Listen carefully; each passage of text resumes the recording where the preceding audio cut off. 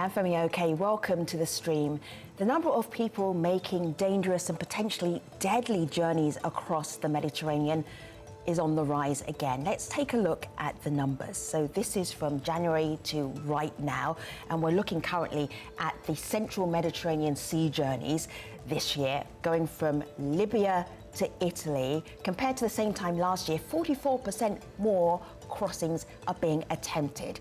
Let's take a look at the eastern Mediterranean route, and that's the route that takes migrants from Turkey to Greece. Twice as many crossings as previously, and that is last year.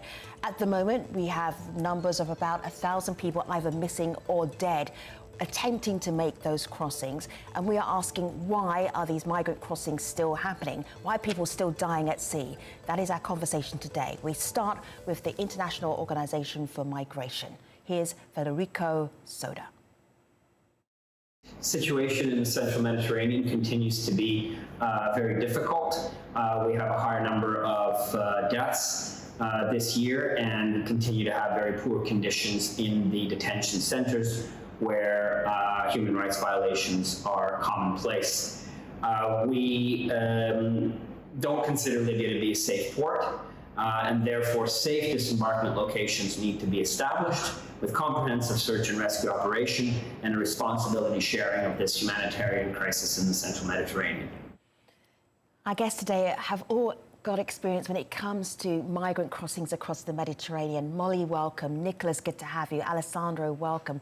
Lovely to have your expertise on today's show. Molly, please introduce yourself to our global audience. Hi, my name is Molly Blackwell. I'm a reporter at the I newspaper based in London. Good to have you. Nicholas, welcome to the stream. Please introduce yourself. Yes, thank you, Femi. My name is Nicholas Papachrysostomo, and I am the head of mission of the Médecins Sans Frontières, the Doctors Without Borders in Greece. And of course, we work with the migration issue in the country. And Alessandro, welcome to the program. So good to have your expertise here. Will you introduce yourself and tell us, where are you sitting right now? Yes, my name is Alessandro Porro. Hello, I'm a rescuer, and I'm on board the Ocean Viking, which is a rescue vessel in the south of Italy, in Sicily. Oh, it's so good to have you. Thank you so much for interrupting your mission to join us today. If you would like to talk to any of our guests, you want to know more about migrant crossings across the Mediterranean that are happening right now, join us. Put your comments, your questions right here on YouTube. Molly, you have been reporting for almost a month now and watching sea rescues happening. When people are being rescued, when they talk to you on board the rescue ship, what are they telling you? What are their stories? I think the stories, I was shocked by how similar they are, actually, how many patterns you see throughout the stories, and also by the length of the journeys that people are making. I think there's a sort of misconception often in Europe about how long these journeys take, and in reality, most people that I was interviewing on board the Ocean Viking when I was there had set off in 2019 or 2020 from their home country, and had actually been travelling all that time. So that stretch of crossing the Mediterranean is actually the last stage, really, of what is a really very long journey. And at each stage, they face huge risks and huge challenges as they cross up through Africa towards Libya, and then within Libya itself. So many people were telling me and showing me marks, actually, of torture and beatings that they'd experienced on the journey at the hands, they say, of Libyan guards. And also sort of people sharing experiences of things that happened along the route. So many women are believed to be raped along the route. It really is an extremely treacherous journey from start to finish. And so many people shared very similar accounts of what happens at each stage of that experience. Nicholas, it's a shorter route for migrants trying to get from Turkey to Greece. Does that mean that they turn up in a good state, a good mental state, or is it still a traumatic journey? It is a shorter route, and it having been on a vessel myself in 2016, I can compare with the Central Med, and I relate to what Molly has been saying. So no, it's not the same journey, right? But this does not by any means mean that these people that end up on the shores of the Greek islands, for example, the island of Samos, where MSF is active, are in a good state of mind or even a good state. And what we have been seeing is the effect of the mental health burden that these people carry alongside when they arrive. And then, of course, we come into the violent border practices that the authorities employ once they are on land. So it's interesting to see that these people come and the first thing they have in mind is to hide themselves for days in a row in order to not get caught and in order to not be forcibly returned to the coast of Turkey where they sailed from. Nicholas, I remember, certainly on Al Jazeera and many news networks around the world in 2015, the coverage of how many people were trying to get to Europe. It was an international crisis. It was definitely a European crisis. We're not at 2015 levels, but why are more people now making a journey when I believe the statistics are over 2 million people have made that journey over those 8 years? But why are more people risking their lives to do the same thing?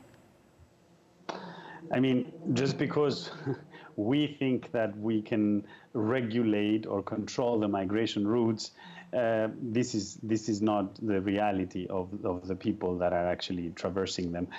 We will never stop people from seeking out safety, from seeking out security, and we might never even understand their particular reasons, right? We think that it has to be war. It doesn't have to be just war. It could very well be that in countries where the regimes are quite authoritarian, a family may be facing risks themselves, individual risks that make them leave, that simply make them leave. Rape or sexual harassment can be a reason for someone to undertake the journey, as difficult as it may come and as long as it may be. And this is why we're seeing people arriving on the coasts of Europe or crossing the borders, because they feel that this is the right thing to do for their families, for the people who stay behind. And we will not reverse that, Femi. It's not as easy as blocking a route. Alessandro, what have you seen that you will never forget? What rescues have you seen? We have been, unfortunately, through several shipwrecks, quite big and impressive. In my mind, always remain last May when we arrived, unfortunately, too late on a scene where we have been completely alone without any kind of coordination from European authorities. And we found the remaining of a shipwreck with 130 people drowned. They were on a rubber boat, which was completely broken by the very rough state of the sea. And we were actually really navigating, sailing through bodies which were emerging from the water. So I think, sorry, Femi, I was just going to say that for me, actually, because I was on board the Ocean Viking as well, and I think one of the things that I actually found the most sort of memorable, I guess, was actually the hopefulness and the optimism and the joy that people were still experiencing even after going through these journeys. I don't know if this is something you found as well, Alessandro, but the sheer sort of happiness and optimism and determination to get a better life that people have, despite having taken journeys which have often lasted, for several years and been really quite horrific. And it was actually those moments of joy, I think, that stuck with me in terms of, children carrying on playing and just being children, in the face of this huge, huge adversity. Yeah, you're absolutely right. And when people spend a few days in a ship, which is still a temporary place, but it's a safe place, they just come back to be human again. And all these labels, migrant, shipwrecked people that we can put on them, they just fade, because just they reveal to be human beings like me, like you, enjoying the life.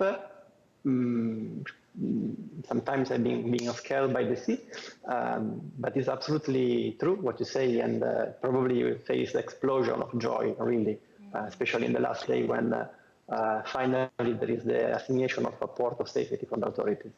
So Molly, I'm going to. Alessandro. Oh, Nicholas, go ahead. Sorry. Go ahead. Go ahead. Sorry, please. I was sorry, Femi. No. For me, it's interesting because I have been on the boats and I relate very much to the experience of both of them, and it's very easy to see how people forget. Right, you pick them up from the boats, you pick them up from the sea in the middle of nowhere, and then 48 hours later, these people just simply. It's as if they've forgotten where they have been and of the imminent dangers. For me, it was amazing to see that on Samos these days, on the island of Samos, one of the border islands in Greece, right? It's the same thing. So these people they come on land. The first thing they tell us, as Doctors Without Borders, as MSF, is please let no one send us back where we came from. So that's their first concern. 2 days later, if they manage to enter the actual camp, the closed access center, and although they are locked up in some ways, right? It's a closed center. It doesn't really allow for freedom of movement. Once they see us during our mobile clinics a few days later, it's as if they're greeting old friends again. It's as if they are forgetting that Yes. although they have landed on the island and they will be restricted until their lengthy asylum process goes through, etc., they still feel that they are amongst people that they know just because they've seen us upon arrival.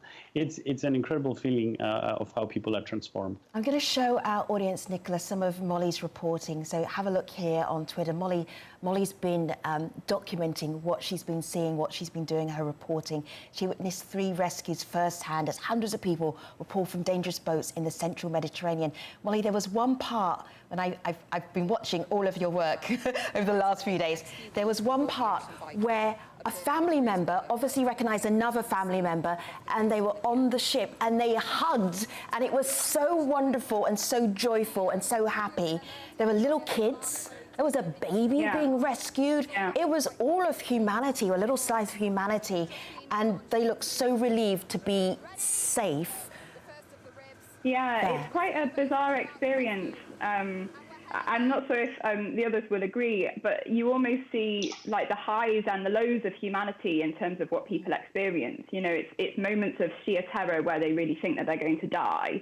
And that's, you know, a reasonable thing to assume. And then when they get on the boat and you get those moments of sort of family reunification and things, it's like the utmost joy that you can experience. And it's a very strange sort of shift between 2 extremely sort of extreme sets of emotions. So yeah, there was a moment where one of the rescue boats was being disembarked. So what happens is smaller rescue boats go out to the boat in distress, put people on board and bring them back to the ship. And as they got back onto the ship, there was a man who got on board, and clearly the women who had already been rescued recognized him, and he picked up a child and I saw that video. It was so beautiful. I was like, yes! Yeah, all right, remarkable. So we have so many questions for you guests. Hopefully you can try and answer them. We're going to do very brief answers, though.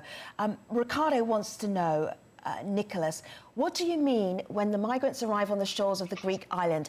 Aren't they then safe? Nicholas. Yeah.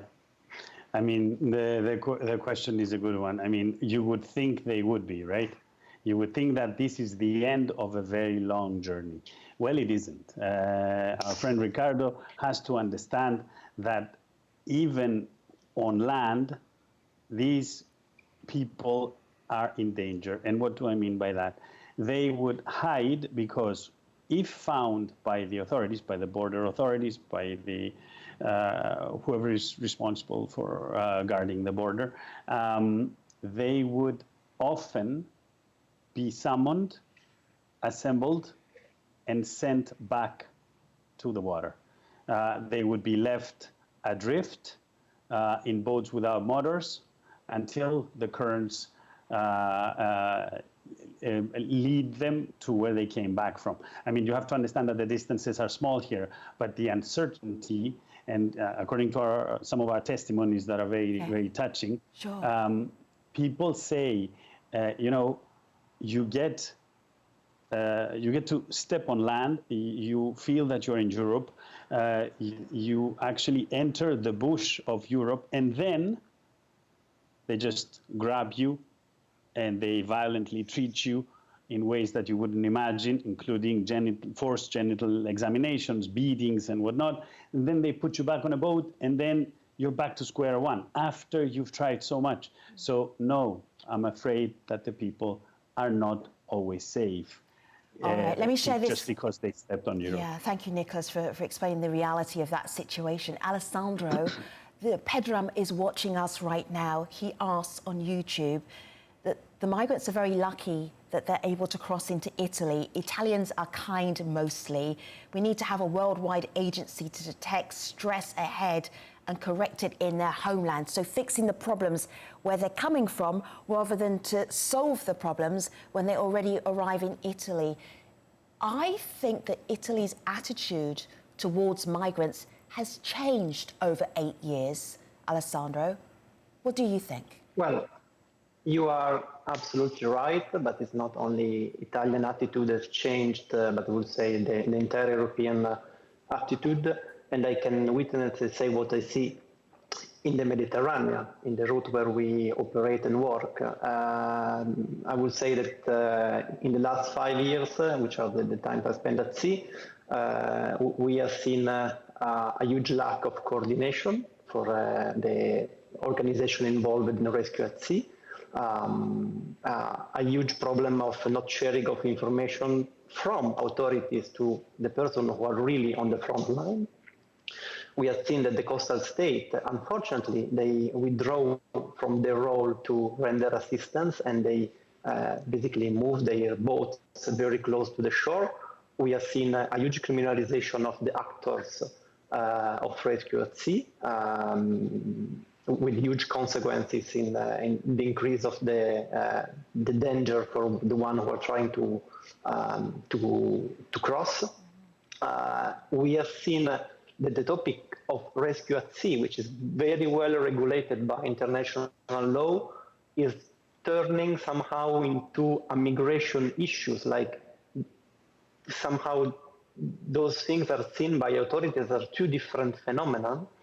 And then we have seen a change in the public opinion, which has become very, very polarized, and sometimes also in a violent way. I'm just going to bring in a politician who is well known in Italy for his, let's say, firm stance on immigration, is putting it quite politely. This is Matteo Salvini, who actually is from the Immigration League Party. He's anti-immigration. He's from the League Party. And this is him earlier on in August visiting a centre where migrants are and saying that this is not acceptable, but for a very different reason from the reason that we're talking about. Here he is. I have seen scenes here with children who should be elsewhere, pregnant women who should be elsewhere, young men who should be treated differently. This is not the civilized country I would like my children to grow up in. The goal of the future government, if Italians choose the League Party, the centre-right, is to return to controlling and protecting the borders, to fully welcome those who are escaping from war, which is a minority of those in Italy, and come back to border protection. Nicholas, what do you do with that political situation? As Alessandro says, it's not just Italy. There is a change in attitude to migrants, to refugees now in Europe. What do you make of that? How do we get past that? Is that possible? That's a good question. I think in order to get past that, we need to understand that that this is a question of human rights. People that choose to come to Europe to go through what they go through have a right to request asylum. This is safeguarded by the European legislation. It's not just the Greek legislation. It's not just one country, as Alessandro put it. This is not an issue for Italy or for Greece. This is an issue that has to be dealt collectively, and right now it isn't being dealt collectively as such. This is European Union stepping in and saying that, okay, these people that arrive to my borders have to be respected. So we, as MSF, call for any investigation of violations, right? We know very well what migration means as Europeans, right? So we can understand the need of people to wish to apply for international protection. And we should guarantee a safe passage so that this is not being done through the informal channels of the traffickers. Earlier we spoke to Mattia, who works with Sea-Watch, which is an organisation that also helps with rescues of migrants at sea who are in distress. This is what she told us. Sea-Watch has been active in the central Mediterranean Sea for years and is also monitoring what is happening with our airplanes. In the last months, we have seen that the number of people trying to reach European land actually has been rising. But we also saw that the number of people who drowned or who gone missing rose up to over 1,000 people alone this year. Civil ships can do the best they can, but they do not receive any governmental support. If they ask to disembark the people in a port of safety, they have to wait for days and days. It cannot be the job of civil society alone. States must finally again engage in search and rescue activities. This is why we demand a state-led search and rescue operation in the central Mediterranean Sea. So this is really fascinating, Molly, because you have reported on the Ukraine refugee crisis and then the Mediterranean migrant crisis. Compare and contrast very briefly. What would you say was the difference? I mean, I'm not going to get into sort of wider political points or maybe some of those reasons as to why there are differences. People, I'm sure, can make their own minds up on that. But there are certainly undoubtable sort of factual differences in terms of the treatment. So here in the UK, where I'm based and focus much of my reporting, there's a designated scheme for people fleeing the conflict in Ukraine to be housed with Britons and stay with them for 6 months. This is all government-led. So there's really been a sort of open arms policy from the UK government with regards to Ukraine. And lots of refugee organisations and humanitarian groups that I've interviewed have expressed, I guess, some confusion and concern about why a similar scheme couldn't be open to people from other countries. And there's other things like when you are applying to reach the UK from Ukraine, you can make those applications within the country that you're in. So people know before they have to cross whether they have a visa and we will be able to come to the UK through official channels. If you want to seek asylum in the UK, you have to do that on UK soil. So that's one of the reasons that people think that these crossings are happening, because you actually have to make those crossings and make that journey before you can pitch an asylum claim. Right. So there are certainly differences that we are seeing in terms of a policy approach. And I think also more publicly, there's a real lack of understanding, I think. And I have to say, even as someone who works in this area, what's going on in the Mediterranean is something that even I did not know a huge amount about, in a way that everybody, is well aware of what's going on in Ukraine, and it's hugely important and valuable. But you do see a discrepancy in public knowledge. Sure. And Molly, I just brought that up because our online community right now, we're mentioning that difference between Ukraine refugees and then people trying to cross the Mediterranean. One more voice I want to include very briefly into our conversation, and this is Maurice, who spoke to us just a few hours ago. This was the point that he wanted to make and say that we need actual government policy. Let's have a look. Europe has to end its draconian pushback policies, whereby migrants are being obstructed from reaching EU territory, often violently, in the case of Greece. And finally, Europe has to launch a wide-scale rescue operation. It's absolutely shameful that this European community is unable to do what NGOs and activists are doing already for years. We asked the European Commission for their contribution to this discussion, and particularly for this show. This is what they sent us and shared with us. I'm going to pick out the bit that really jumped out at me. The new pact on migration and asylum put forward by the EU Commission includes a proposal for a coordinated approach to search and rescue. I do not know how long that bureaucracy is going to take, but I hope it won't take long. Thank you so much to Molly, Nicholas and Alessandro for helping us understand the Mediterranean migrant crossings that are upticking right now across the Mediterranean. Thanks for being part of our show, and to all of you on YouTube who commented and asked your questions. I'll see you next time. Take care, everybody.